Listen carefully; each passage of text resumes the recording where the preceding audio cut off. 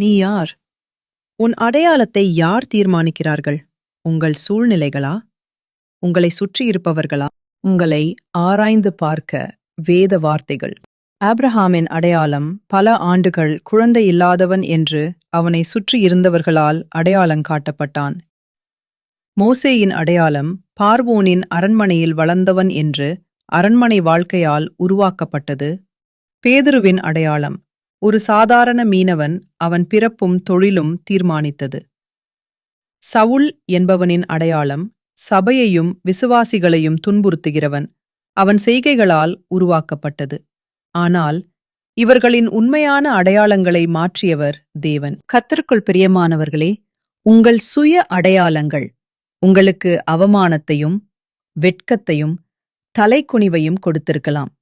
ஆனால் தேவன் உங்களுக்கு கொடுத்த அடையாளம் என்றென்றைக்கும் அழியாத தேவ சாயல். அந்த சாயல் உங்களை வெட்கப்படுத்தாது, உங்களை கண்ணீரின் பாதையில் நடக்க விடாது. நீங்கள் விசுவாசிக்கிறீர்களா?